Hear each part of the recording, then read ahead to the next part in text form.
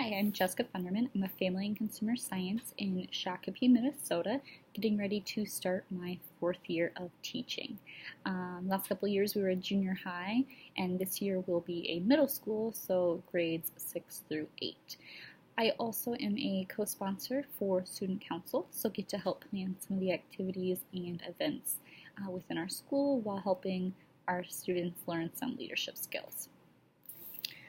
The person in my life that has been the most influential would be my mom. She had me at a young age, and her and my father divorced shortly after a couple of years. So she was a single mom for the majority of my life, and she had to work really hard. She decided to stay at home during the day and work nights as a nurse so she could be with my younger sister and I, and then pick us up from school and whatnot. And she gave up a lot to make sure that our family came first. And she has just been a really good example of a strong, independent woman.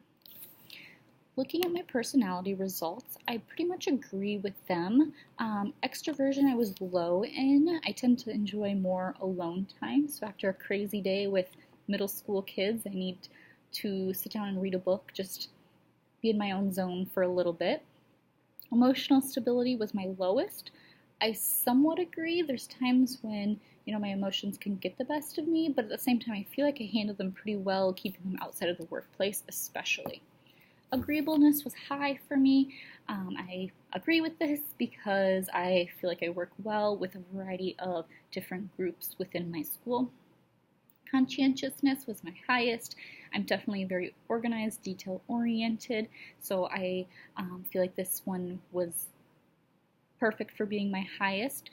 Intellect, imagination was my lowest. For someone that likes to have a plan, that makes sense. So I have to make sure at school I have procedures, expectations in place, so when flexibility is needed, I can have things go a little bit smoother.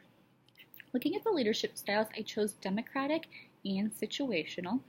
Democratic, collaborating, having thoughtful discussion, and such provides more buy-in, whether it be teachers collaborating with teachers or students and teachers. This is definitely one that comes through when I'm teaming in grade level teams or with the facts department. We have 2 middle schools and a high school, so we have to make sure that we're on the same page, teaching the same things at both middle schools, but also feeding into the high school's classes, so we're not being repetitive, but the content flows well together. So that does require some thoughtful discussion and working together. The situational leadership theory, telling, selling, participating, and delegating, I see this as gradual release. A lot of times in the classroom we're not all wanting to stand up there and give direct instruction the whole time, but that is often needed. So that's more of the telling stage. But then selling, wanting the buy-in for kids. So I see this in a lot of my procedures, especially for food labs and such. Having to get kids on the same page is why we're doing these. If they understand the why and they truly buy into it, it's going to make it a lot easier the rest of the year. Participating. So less direction, kids have a little bit more say. Still a little hand-holding with this, but they can have an opinion about how maybe they do their learning.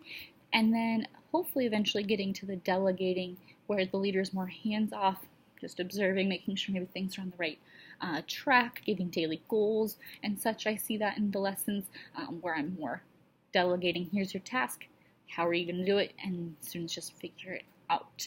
And it's not always just in that order, but I definitely think, bouncing around makes students more interested if they have the buy-in, but they also have the say into how they get to learn the information. Adapting this is nice for the same class between sections. If one class is more mature, they might be able to have a little bit more say and live in some of those different stages compared to other classes that, nope, you can't handle making the decision, so I'm going to have to make it for you. So I like this one because I feel like it fits my teaching style and how I go about a lot of my lessons. That is my intro video for Module 1. Thanks.